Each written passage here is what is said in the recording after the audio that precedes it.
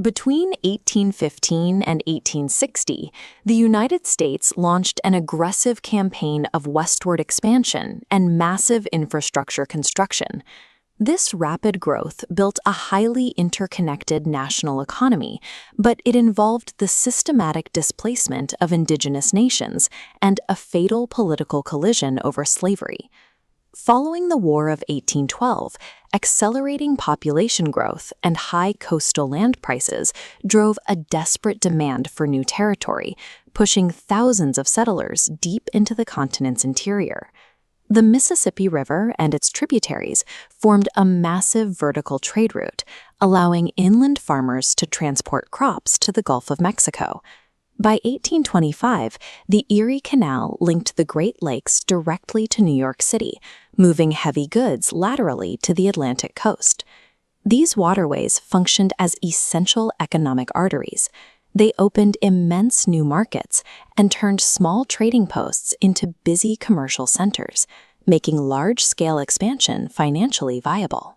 American families were rapidly leaving behind isolated subsistence farming. In its place, an interconnected commercial network emerged, driving what became known as the market revolution. The economy fragmented into specialized regional roles. The West supplied agricultural products, the Northeast focused on manufacturing, and the South dominated cotton production. While this closed trade loop physically bound the country together, extreme economic specialization drove their regional political interests further apart. The western frontier was already occupied by sovereign indigenous nations. They maintained established governments, dynamic economies, and deep historical claims to their territories. To acquire this territory, the federal government utilized a relentless institutional machine, an expanding cycle of settlement, resulting in conflict, followed by a treaty, ending in forced land transfer. American territorial growth was a highly deliberate, mechanical policy that repeatedly prioritized westward expansion over indigenous national sovereignty. Simultaneously, the South's highly profitable cotton economy demanded constant geographic growth, driving an insatiable push to export the enslaved labor system into new Western territories. This map illustrates the existential crisis this created in Washington.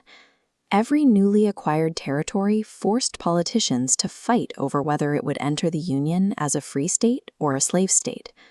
Westward migration weaponized the map. The acquisition of land became the nation's primary political battlefield, directly threatening the fragile balance of power between the North and the South. By 1860, these mechanisms of expansion had pushed the Republic's borders across the continent, but the process severely fractured the Union. The final campaigns into vast territories like Texas, Oregon, and California will push this friction into outright war. The immediate catalyst will be the annexation of a rebellious Mexican province known as Texas. In 1815, the dust was settling from a second war with Britain. The United States was a young republic, confident but geographically trapped. Hemmed in by the Atlantic Ocean and dense, towering forests, the nation was staring toward an uncertain horizon. Along the eastern seaboard, populations were swelling rapidly. Cities were getting crowded, and the price of land in established communities was climbing out of reach. For a young family trying to start a farm, the Atlantic coast offered dwindling economic opportunity. Down south, planters faced a different kind of pressure. The invention of the cotton gin made cotton highly profitable, and southern elites were desperate for vast tracts of fresh soil to expand their plantations, and the brutal system of enslaved labor powering their profits. Put those two pressures together, a squeezed northern population looking for affordable farms, and a ravenous southern plantation economy demanding space, and you get an explosive demand for land. The only direction to move was west. Take a look at this map of North America. To an Easterner looking outward, the West seemed like a blank, inviting slate of endless opportunity. But the physical reality was a brutal obstacle course of jagged mountain ranges, unyielding deserts, and massive river systems. the political reality was even more complex. The land was already fully occupied. As we see here, the continent was a patchwork of sovereign indigenous nations, each with their own established governments, economies, trade networks, and firmly held borders. The federal government now faced an immense logistical nightmare. It had to somehow project power and protect settlers across thousands of miles of hostile terrain, pressing into territories fiercely defended by people who had lived there for generations. To achieve the dream of a continental empire, American migrants would have to conquer both the unyielding geography of North America and the complex societies that called it home. Moving millions of people and heavy goods across geographic barriers required a massive leap in technology. The solution was an aggressive infrastructure boom. Before steam power, the Mississippi River was effectively a one-way trip downstream. Now, massive wooden steamboats like these could violently churn against the current, transforming rivers into highly efficient two-way economic highways. Then came canals. This graph tracks the Erie Canal, completed in 1825, connecting the Great Lakes to the Atlantic coast. Notice how the cost to ship heavy goods plummets the moment it opens. Americans proved they could literally dig their way around natural barriers. This expanding network of rivers, roads, and canals triggered what historians call the market revolution. Instead of a family growing just enough food to survive, farmers could now mass-produce crops, ship them to distant cities, and use the cash to buy factory-made goods. The country rapidly reorganized into three distinct economic zones. The growing West supplied the grain and livestock, the Northeast built the factories and handled the finances, and the South grew the cotton. The roads and canals tied the country together economically, but the distinct labor systems powering those regions, especially the Southern reliance on enslaved labor, were beginning to divide them politically. While steamboats handled the rivers, hundreds of thousands of migrants packed their lives into wooden wagons and walked. The promise of independent land ownership drew massive wagon trains overland along routes like the Oregon Trail. The reality of that journey was grueling. Forget the romantic pioneer ideal. Families spent months battling cholera, near starvation, exposure to extreme weather, and the constant threat of a broken wagon wheel hundreds of miles from the nearest town. And every mile they advanced meant someone else was being displaced. Settlers hunted game, cleared forests, and demanded military protection, sparking violent conflicts and forcing the systemic removal of native communities. The creation of a prosperous new life for American migrants required the active destruction of indigenous sovereignty and homelands. Pushing west also meant colliding with foreign empires. In the Pacific Northwest, thousands of American settlers flooded into the Oregon Country, a region firmly claimed by Great Britain. Expansionist politicians aggressively demanded the entire territory, rallying around the slogan, 54-40 or fight. Ultimately, they backed down from a war, and diplomats split the region in half at the 49th parallel. But the most dangerous friction was happening internally. Southern planters relentlessly pushed into new southwestern territories to expand the cotton economy, meeting fierce resistance from northern politicians determined to stop the spread of slavery. Every new acre added to the map was a political landmine. The debate over whether a new territory would permit slavery directly threatened the delicate balance of power in Congress. By the 1840s, westward migration had hardened into an ideological obsession. Americans increasingly believed it was their divine right to spread their institutions across the continent, an idea that would soon be coined as manifest destiny. This obsession paralyzed the federal government. Lawmakers were locked in bitter, constant arguments over the status of every new territory, knowing that a single new free or slave state could tip the scales of national power. The very engine driving America's incredible geographic growth was simultaneously fracturing the political foundation of the entire Union. On this map of the Southwest, the United States had run out of buffer zones, pressing directly against a foreign empire. Right in the middle sat the independent Republic of Texas, a powder keg. American settlers had moved in, challenged Mexican authority, and established their own independent slave-holding republic. Now, Texas wanted to join the United States. Annexing the territory would guarantee a massive war with Mexico, and it would throw a match directly into the domestic fight over slavery. The relentless push to the Pacific fulfilled a national dream, but it also lit an irreversible fuse. The battle for the American frontier was now about to trigger the deadliest conflicts in the nation's history. This 1820s map of North America reveals a surprising geopolitical reality.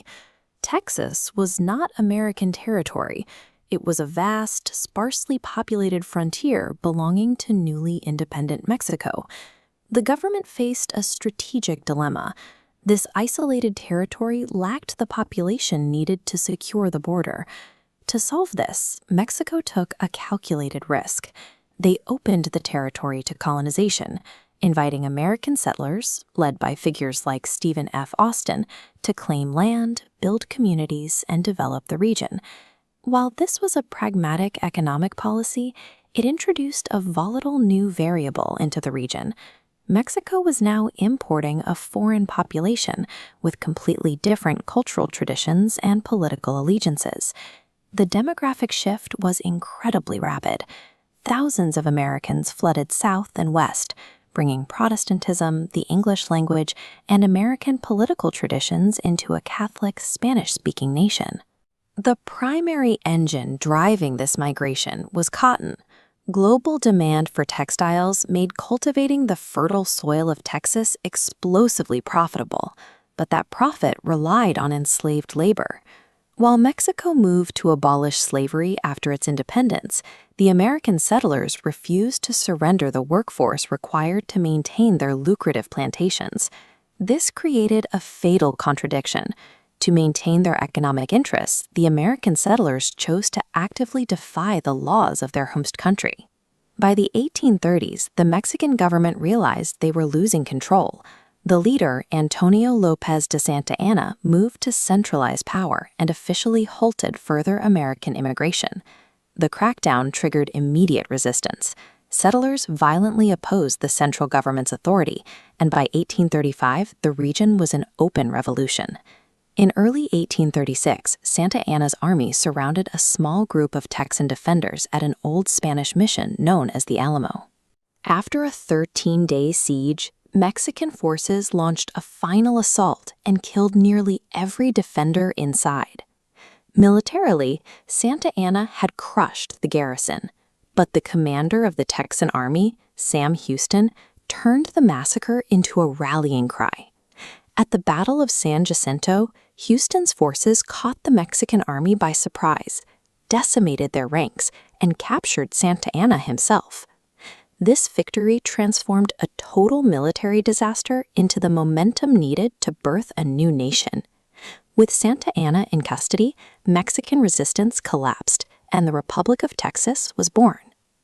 Independence created its own set of problems. The new Republic of Texas was enormous, deeply in debt, and desperate for United States military protection. Most Texans favored joining the Union, but Northern politicians in Washington were horrified by the prospect. Absorbing Texas would add a massive slave state to the map, threatening to tip the balance of power in Congress toward the South. There was also the risk of international conflict. Mexico never recognized Texan independence, meaning American annexation would likely be viewed as a declaration of war. For years, leaders like President John Tyler hesitated to act. For nearly a decade, Texas remained a destabilizing wedge issue. It sat outside the Union as a territorial prize that American politicians were simply too afraid to touch.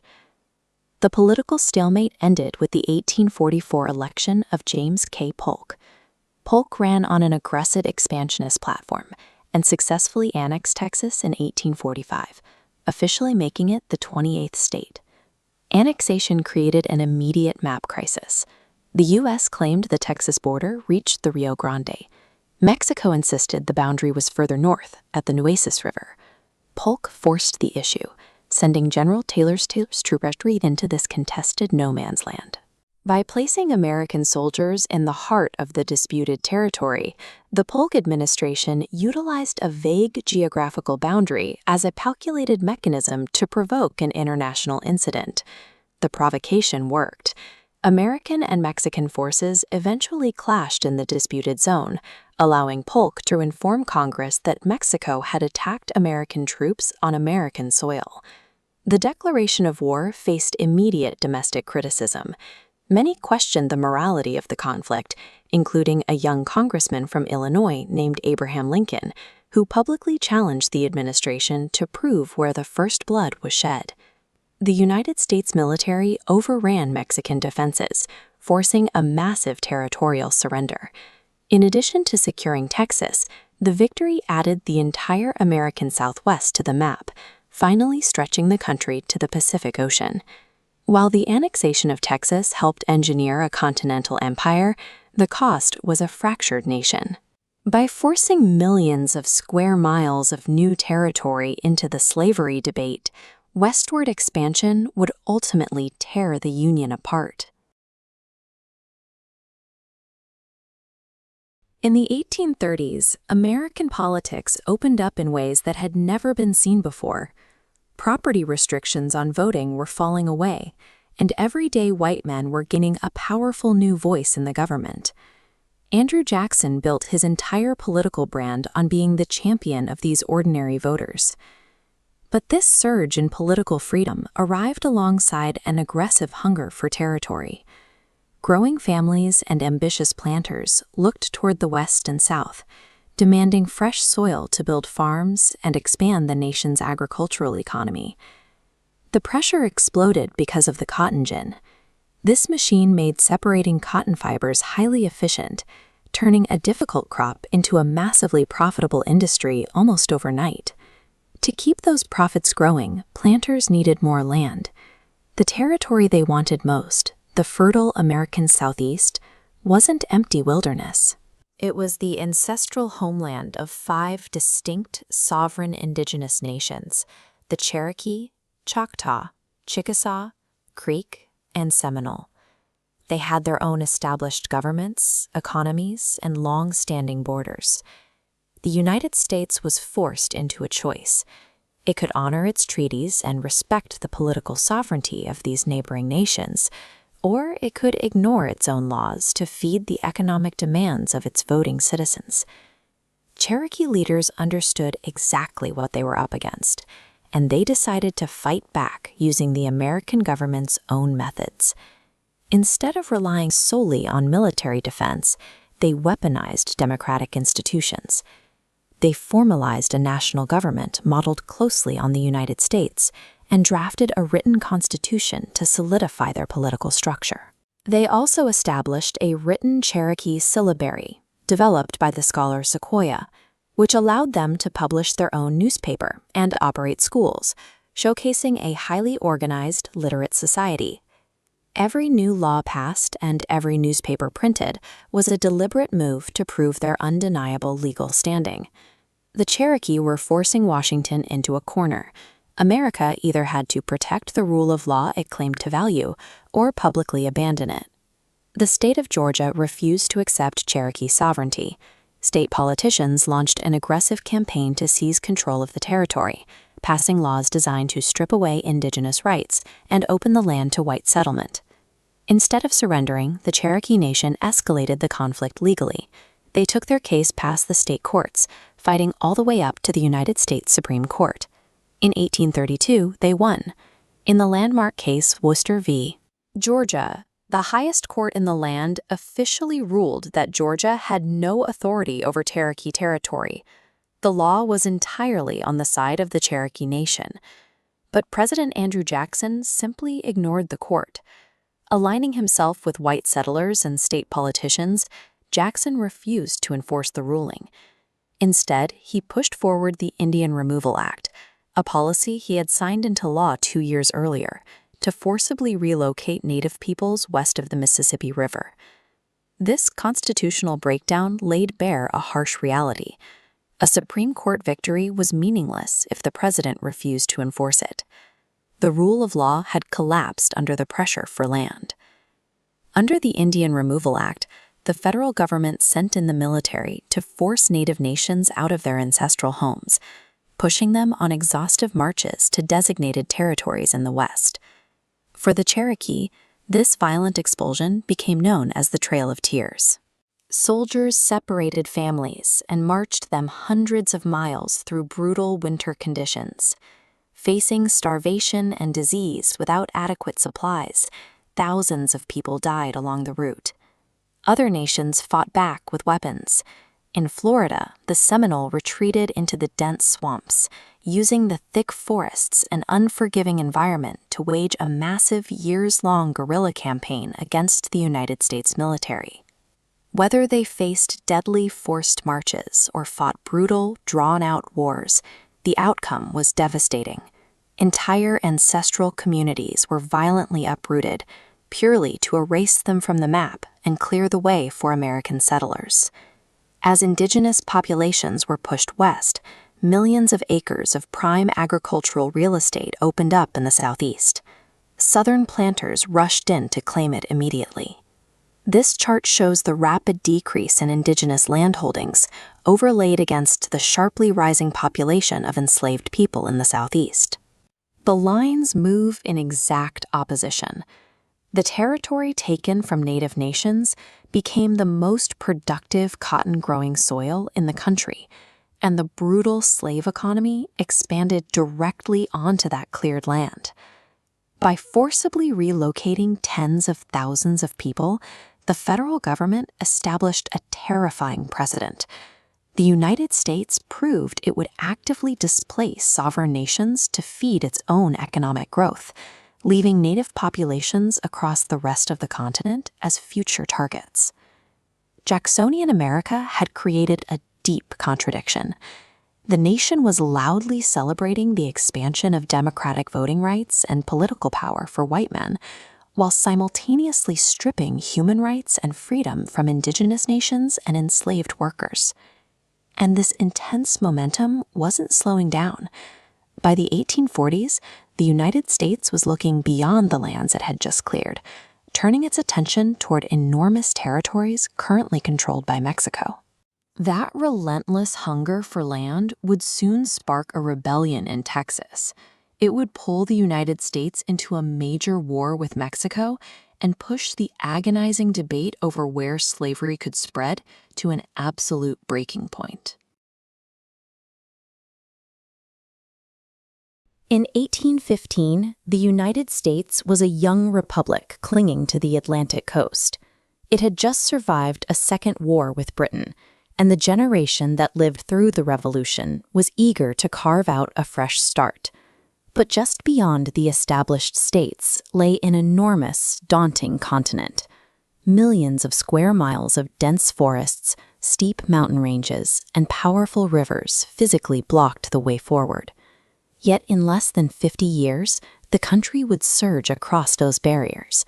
By 1860, the borders of the United States swallowed the interior and slammed into the Pacific Ocean. This relentless push west is often framed as a triumph of American ambition. But this exact territorial explosion, the very mechanism that built a continental superpower, is precisely what tore the country apart. To understand how the Republic survived and why it nearly destroyed itself, we have to look closely at how those lines were actually drawn across the map and the heavy human cost required to move them. As the population of the original 13 states swelled, land on the East Coast grew expensive. Young families and ambitious merchants looked west, chasing the promise of cheap soil and economic independence. The challenge was moving what they produced.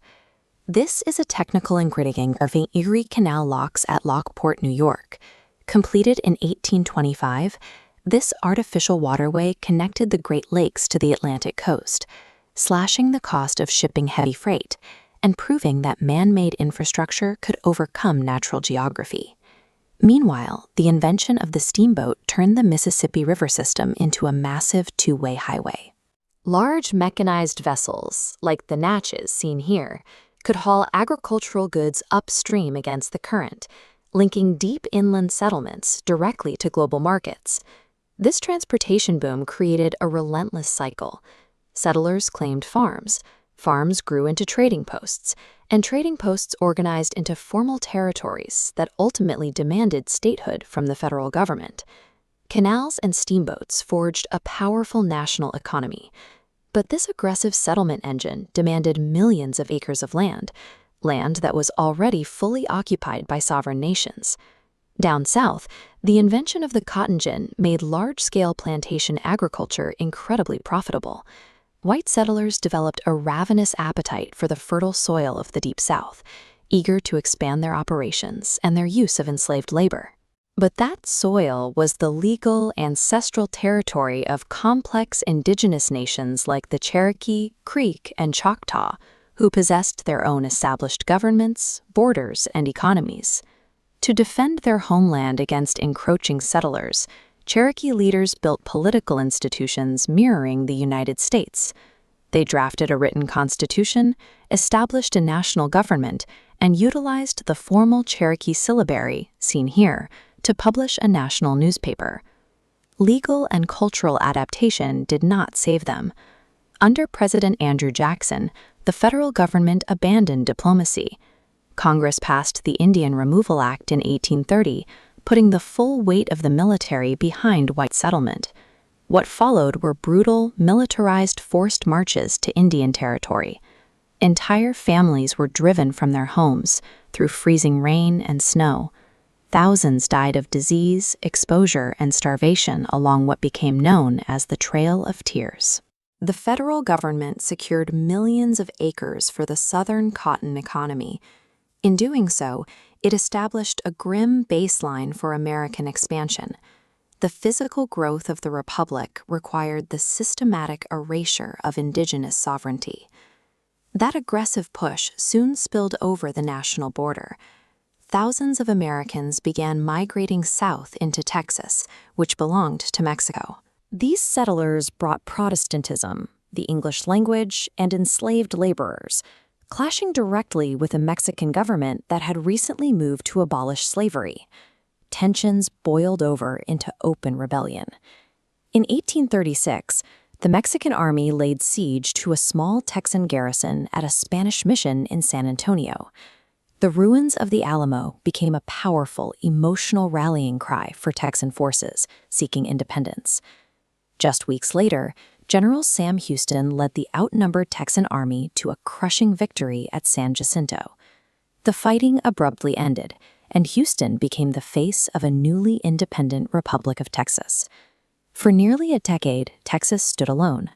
But when the United States officially annexed the territory in 1845, it inherited a volatile border dispute. Mexico claimed the border stopped at the Nueces River. The U.S. insisted it extended further south, all the way to the Rio Grande. President James K. Polk saw an opportunity to grab even more land. He deliberately marched American troops into that disputed strip. When Mexican forces eventually fired on them, Polk immediately asked Congress for a declaration of war, claiming American blood had been shed on American soil. Not everyone bought the administration's story. A freshman congressman from Illinois named Abraham Lincoln introduced the spot resolutions, demanding Polk show Congress the exact spot where the fighting occurred, openly challenging the premise of the war. The conflict revealed a major shift in national policy. The United States was no longer migrating into lightly held frontier spaces. It was deploying its military to conquer land from a neighboring sovereign country. The Mexican military was ultimately overwhelmed by multi-front American invasions. The war effectively ended when General Winfield Scott successfully besieged Veracruz and marched his forces inland to capture Mexico City. Defeated, Mexico signed the Treaty of Guadalupe Hidalgo in 1848. The agreement forced Mexico to hand over a staggering amount of territory, including modern-day California, Nevada, Utah, and most of the American Southwest. Almost immediately, that newly conquered land revealed its immense worth. Just weeks before the treaty was signed, gold was discovered at a mill in Northern California. Word spread across the globe. By 1849, tens of thousands of prospectors flooded the streams and foothills of the California territory. The sudden, chaotic influx of manpower turned sleepy coastal outposts into booming commercial centers overnight. The dream of manifest destiny was complete. The Republic now stretched unbroken from the Atlantic to the Pacific. But the blistering speed of this expansion pushed the nation's deepest ideological divisions to the breaking point. Looking at the map in 1860, the United States appeared entirely triumphant. It possessed a vast, resource-rich continent protected by two oceans. But beneath the surface, deep cracks began to form. Every single mile of newly acquired territory forced the exact same explosive political question onto the floors of Congress. Will this new land be free, or will it be open to slavery? Legislative compromises entirely collapsed. When the government allowed settlers to vote on the issue locally, radical pro-slavery and anti-slavery militias poured into the plains. The resulting guerrilla violence turned the frontier into a bloody proxy war known as Bleeding Kansas. This struggle over the Western territories paralyzed Washington. It shattered the established political parties, fracturing the government along strict geographic lines. The map of the United States was forged by an unrelenting drive west. But the human toll required to draw those lines, the forced displacement of indigenous nations, and the violent spread of a slave economy created an unbridgeable divide. By pushing its borders to the Pacific, the nation made its own civil war inevitable. In 1815, the United States was largely confined to the Atlantic coast. By 1860, its borders stretched all the way to the Pacific Ocean. That is a massive geographical shift occurring in a single lifetime. This rapid movement required infrastructure. The completion of the Erie Canal in 1825 allowed heavy agricultural goods and eager migrants to move efficiently between the eastern seaboard and the deep interior. To white settlers, these vast western stretches represented economic opportunity and independence. But those maps were misleading. This land was heavily populated by sovereign indigenous nations with established governments, complex economies, and deep claims to their territory. In the South, expansion was driven by a specific economic engine: cotton. The invention of the cotton gin made the crop highly profitable, and plantation owners aggressively sought out new, fertile soil. Cultivating that new land relied entirely on an expanding enslaved workforce. From its earliest days, the drive to build a coast-to-coast republic was rooted in forced displacement and the volatile economics of slavery. To feed the demand for southern cotton land, the federal government weaponized its authority. In 1830, Congress passed the Indian Removal Act, targeting powerful southeastern nations like the Cherokee, Choctaw, and Creek. Indigenous leaders resisted, fighting through the legal system and the courts, but the military enforced the removals anyway. Thousands died from disease, starvation, and freezing weather during forced marches westward, a tragedy remembered by the Cherokee as the Trail of Tears. The moment those communities were forced out, white settlers rushed in.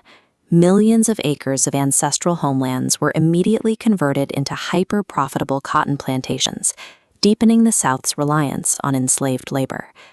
By the 1840s, a specific ideology emerged to justify the push even further west. Politicians and journalists popularized the idea of manifest destiny, the belief that divine providence had chosen the United States to spread its political system across the entire North American continent. The removal of southeastern native nations established a grim baseline for federal policy. The United States would secure its continental footprint regardless of the human toll. That ambition soon collided with a foreign power. In 1845, the United States annexed the Republic of Texas. Mexico had never recognized Texas independence, and absorbing this massive territory instantly created a volatile border dispute. President James K. Polk saw an opportunity. He was an aggressive expansionist with his sights set on California and the entire Southwest, and he was willing to use military force to get them. Polk ordered American troops into the disputed zone between the Nueces River and the Rio Grande. When Mexican and American forces inevitably clashed, Polk told Congress that American blood had been shed on American soil, securing a declaration of war. The Mexican-American War faced fierce domestic opposition. Critics, including a young congressman from Illinois named Abraham Lincoln, argued the conflict was an unjust land grab designed specifically to add more slaveholding territory to the Union. The United States did not passively settle the western frontier. It deployed its military against a sovereign neighbor to forcefully carve out a continental empire. In 1848, a defeated Mexico ceded an enormous block of land to the United States. This transfer, known as the Mexican Cession, included modern-day California, Nevada, Utah, and parts of 4 other states, finally extending the American border to the Pacific Ocean. Just weeks before the peace treaty was signed, gold was discovered at Sutter's Mill in California.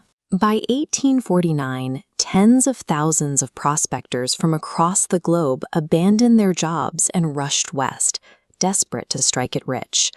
This sudden influx replaced isolated outposts with bustling cities overnight. San Francisco grew into an economic hub, its harbor quickly packed with vessels bringing international trade and migrants to the new Pacific frontier. The sheer volume of new residents meant California skipped the usual slow territorial phase and immediately applied for statehood. But California wanted to enter the Union as a free state. Fulfilling the dream of a coast-to-coast nation happened faster than anyone anticipated. And because it happened so fast, it forced the country to confront the exact political crisis politicians had spent decades trying to avoid. Every new mile of Western land raised the same dangerous question: would slavery be allowed to expand into it? If California entered as a free state, it would break the delicate political balance between North and South in Congress. Lawmakers tried to patch the fracture with the Compromise of 1850. They admitted California as a free state, organized the rest of the southwestern territories without clear slavery restrictions, and passed a strict new fugitive slave law. But this fragile agreement merely delayed the conflict. The political workarounds ultimately collapsed. When Congress later allowed settlers in the Kansas Territory to vote on whether to permit slavery, rival factions flooded the region. The result was a brutal wave of localized warfare that became known as Bleeding Kansas. The violence on the frontier shattered the old political party system. In its place, Northern voters rallied around the newly formed Republican Party, an organization built heavily around a single unifying goal: halting the westward spread of slavery. The aggressive pursuit of an American empire succeeded in drawing the geographic boundaries of the modern United States, but forcing the volatile institution of slavery into those new territories cracked the foundation of the Republic, pushing the nation steadily toward the Civil War. In 1815, the United States was a young republic clinging to the Atlantic coast. But when Americans looked west, they saw a horizon of forests, prairies, and rivers stretching toward the Pacific. For a growing population feeling cramped in established eastern cities, this western frontier represented the ultimate economic opportunity, a place where any family could claim land and build a new life. This westward push accelerated during the market revolution. Instead of farming just to survive, families began growing crops to sell in distant markets. To move those goods, the country built massive infrastructure projects like the Erie Canal. Completed in 1825, it connected the Great Lakes to New York, slashing transportation costs and pushing thousands of settlers deeper into the interior. But the popular image of a vast, empty wilderness ignored a massive reality. This land was already occupied. Across the continent, sovereign indigenous nations had controlled these territories for thousands of years. At the same time, the United States was splitting into two competing economies, an industrial north and a southern agricultural empire reliant on enslaved labor. As the American frontier moved west, the acquisition of farmland came with two recurring, impossible questions. Whose land are we taking, and will the new territory be free or slave? By the 1830s, the cotton gin had transformed cotton into the nation's most profitable export. Global demand for the crop was insatiable, and southern plantation owners looked to the highly fertile soil of the American Southeast to expand their operations. Standing in the way of this expansion were powerful indigenous nations. Under President Andrew Jackson, the federal government enforced a policy of Indian removal, systematically stripping the Cherokee, Choctaw, Creek, Chickasaw, and Seminole nations of their sovereignty to clear their ancestral lands for white settlement.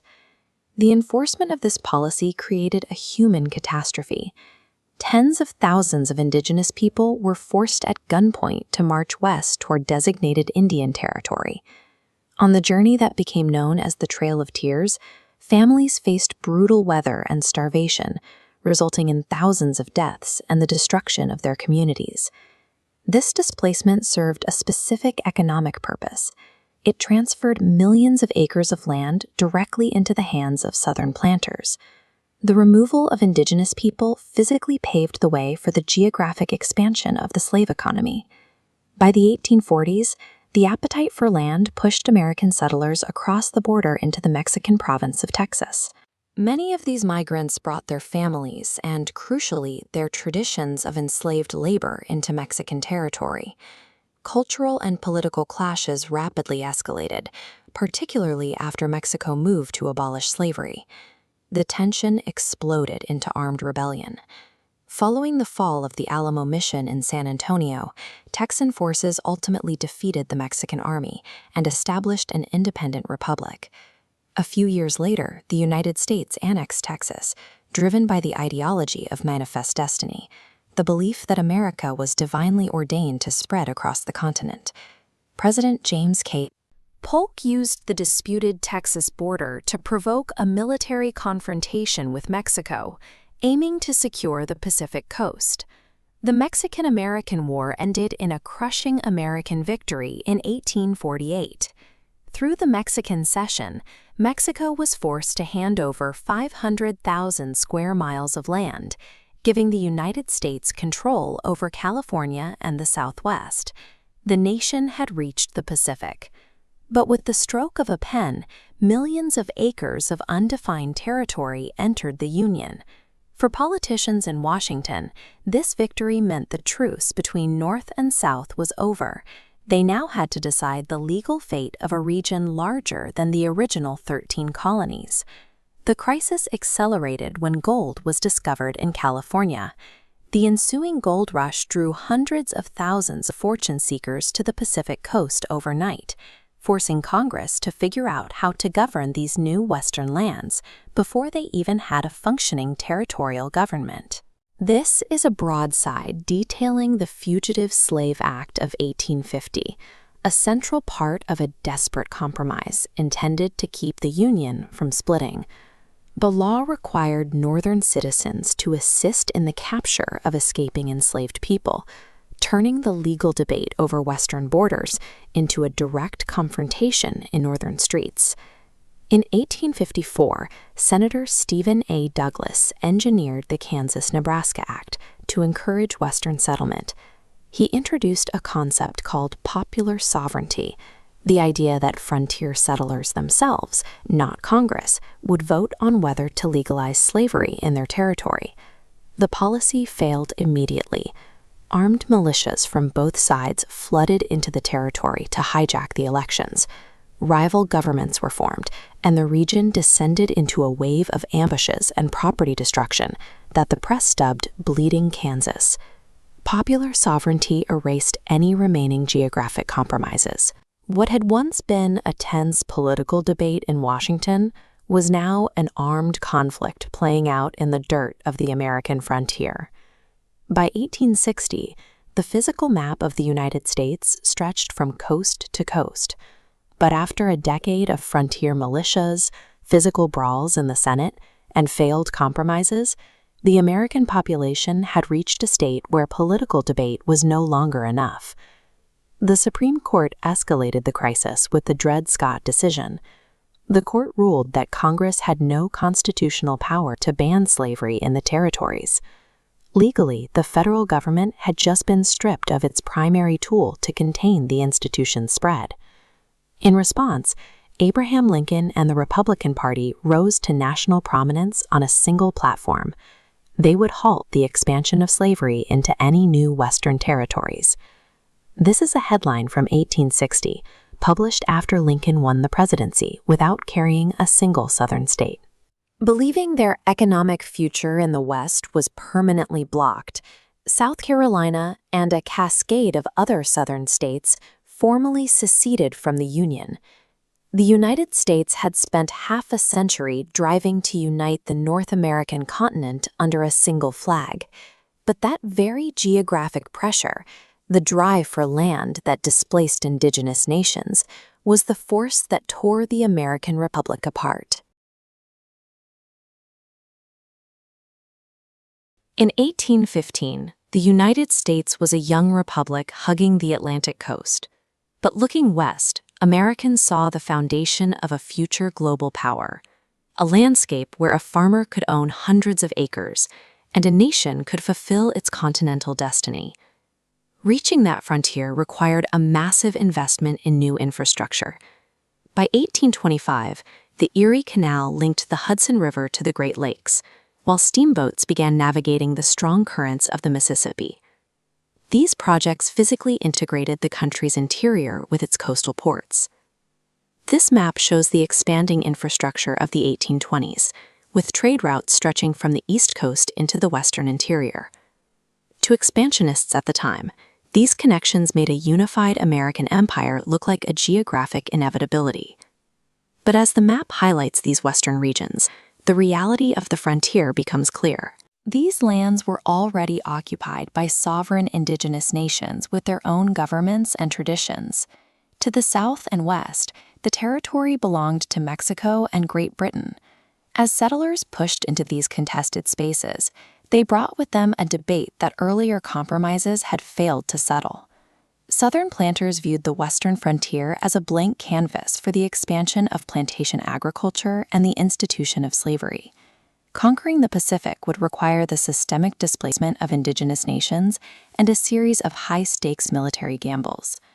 Every new territory annexed by the government pushed the republic closer to a breaking point.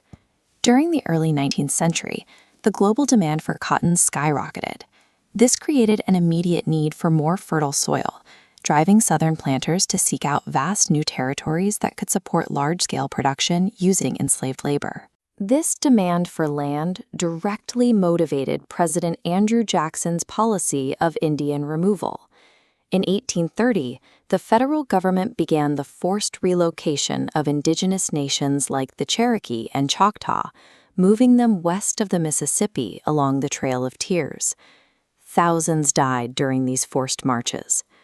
The logic of the era was explicit. The government was clearing the Southeast of its original inhabitants, specifically to make space for the expansion of the slave economy. That same momentum pushed American settlers across the border into Mexican Texas. Although Mexico had moved to abolish slavery, the incoming settlers brought enslaved people with them, creating a direct conflict with Mexican law and authority. This cultural and political friction eventually erupted into the Texas Revolution. The facade of the Alamo remains a symbol of the violent confrontation that helped establish Texas as an independent republic, setting the stage for its eventual entry into the United States. In 1845, the U.S. annexed Texas, a move that deliberately triggered the Mexican-American War. By 1848, the United States had defeated Mexico and seized a vast territory stretching from the Rio Grande to the Pacific coast. Through diplomacy and military force, the United States had fulfilled its continental ambitions. This success meant that every new mile of acquired soil became an immediate battleground for the debate over slavery, bringing the nation's greatest ideological conflict directly to the western frontier. Following the Mexican cession, the discovery of gold in California triggered one of the largest migrations in history. Thousands of 49ers rushed to the Pacific coast, forcing the government to organize the territory far faster than anyone in Washington had anticipated. California's application to enter the Union as a free state created an immediate political crisis. Southern leaders feared that adding a new free state would permanently shift the balance of power in Congress, threatening the survival of the slave economy. This is a warning poster from 1851, alerting citizens to the fugitive slave law. Part of the Compromise of 1850, the law required Northern authorities to assist in capturing and returning escaped enslaved people, which deeply radicalized Northern communities and increased the level of social panic across the country. By 1854, the Kansas-Nebraska Act shattered the remaining compromises by letting settlers decide for themselves whether to permit slavery, a policy known as popular sovereignty.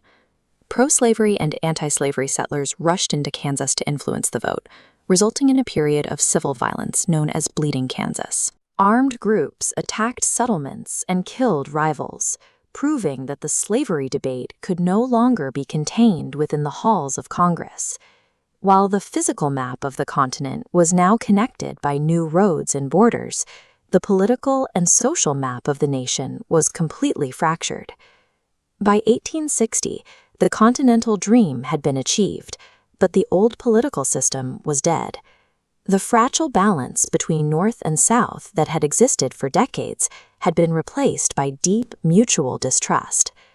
This environment gave rise to the Republican Party, which campaigned on a platform strictly opposing the westward expansion of slavery. In 1860, Abraham Lincoln won the presidency without carrying a single Southern state. Realizing they were permanently losing control over the expanding map, Southern states began taking action. Starting with South Carolina, 11 states seceded from the Union to form the Confederacy. This map shows the United States in 1860. As the fracture line separates the North and South, it highlights how the nation's geographic achievement was eclipsed by a complete ideological split. The Civil War was the direct result of conquering a continent while leaving its deepest moral contradiction unresolved. By 1861, the geography of the empire was complete, but the republic itself had reached its breaking point.